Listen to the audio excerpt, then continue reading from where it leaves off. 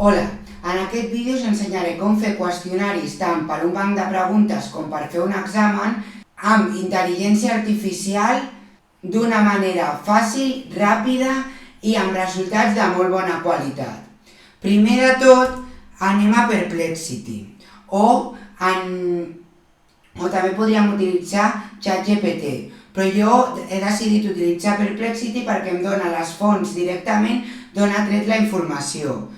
Jo he creat un espai dedicat a un examen i aquí he adjuntat 5 documents que són els que em deixa la versió que no és de pagament, on està el contingut que entra a l'examen d'avui.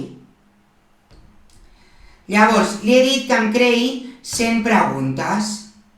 Aquí estan les 100 preguntes que li he demanat. Però què passa? Que no me n'ha generat 100, me n'ha generat 68, perquè 100 són masses. És massa generació de text tant per ChatGPT com per Perplexity. Llavors, és millor anar demanant preguntes a poc de temes concrets, perquè si demanem 20, després unes altres 20, després unes altres 20 de temes molt genèrics, al final el que ens farà serà repetir-nos preguntes. Per tant, és millor fer petits lots d'unes 20 preguntes per cada tema i així ens assegurem que ens genera preguntes específiques amb els documents que nosaltres li hem adjuntat i que no repeteixen. Llavors, un cop tenim les nostres preguntes, com ho fem per passar-les al qüestionari del Moodle? Doncs, informant-me, m'he donat compte que la millor manera de passar preguntes d'introduir preguntes tipus test al Moodle és en format GIF. Per què? Perquè el format GIF és molt senzill.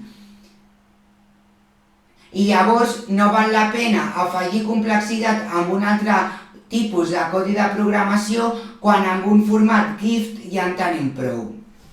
Llavors, com que el que necessitem és un format GIF, què farem? Doncs crearem un GPT que ens passi les preguntes que ens ha generat Perplexity i ens les passi a format GIF. Doncs anirem a la nostra plataforma d'OpenAI a la part de Playground i generarem un prompt amb l'eina de generació de prompts que ens passi preguntes tipus test a format GIF.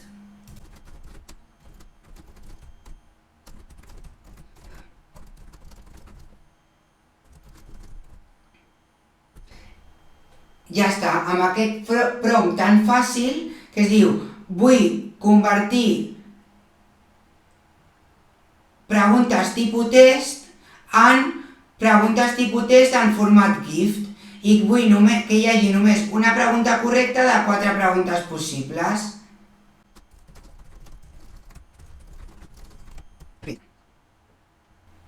I ara ens diu convertir la informació que ens ha donat en format GIF de qüestionari tipus test, assegurant-se que les preguntes estan escrites en català i inclou una pregunta correcta dintre les 4 preguntes possibles.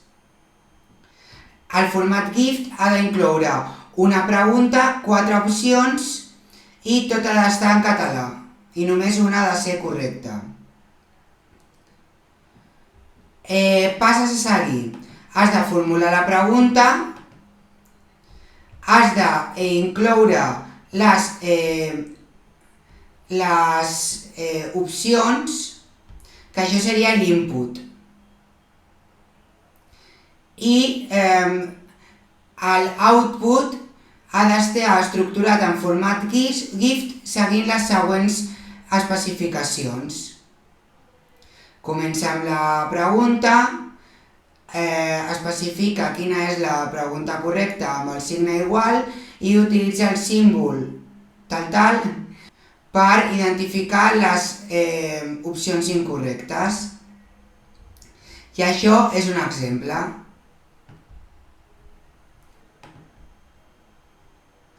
Color del cel. Quin és el color del cel durant el dia? Pam, pam, pam, pam. Opció correcta, blau, amb l'igual. La resta amb aquest símbol. Vale. Doncs llavors ja tenim com es fa aquest tipus de... què és el que farà el nostre GPT? Què farem? Doncs anirem aquí a explorar GPTs, crear, enganxarem...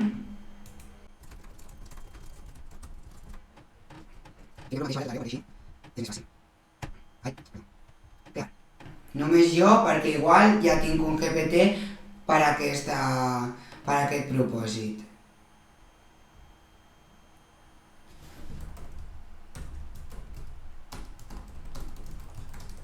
Li diem, hola, vull generar preguntes tipus test en format GIF. És aquí?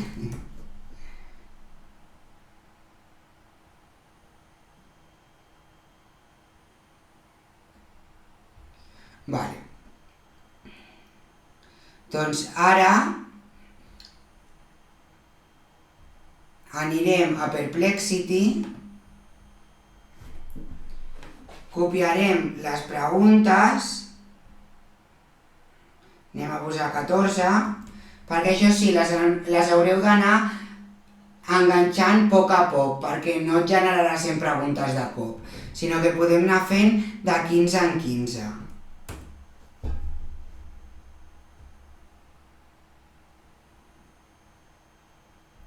I ara ens està generant aquestes preguntes en format GIF i directament amb codi. Super.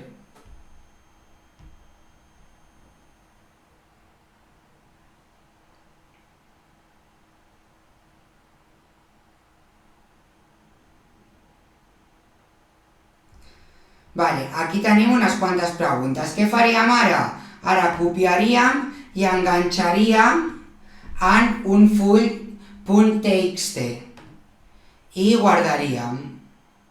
Bueno, ja el tinc guardat, vale? Qüestionari vídeo. I ara aniríem al Moodle, a banc de preguntes i aquí posaríem importar. Aquí afegiríem el format GIF i aquí afegiríem el nostre document. L'arrossegaríem i posaríem importar. I ara, totes aquestes preguntes són les que hem generat nosaltres amb el format GIF. I ja està, ja les podem agafar i fer un qüestionari. Jo he fet aquest qüestionari i ara aquí tindríem preguntes, totes les preguntes que hem volgut generar. I ja està. Si volem fer preguntes més complexes, que no siguin només tipus test, llavors hauríem d'utilitzar un altre codi de programació, que també ens podria fer ChatGPT amb les indicacions que nosaltres vulguem, però això ja serà en un altre vídeo. Moltes gràcies per haver vist el vídeo fins al final i espero veure-us aviat en els propers vídeos. No us oblideu de subscriure-us i de donar-li like al vídeo. Adeu!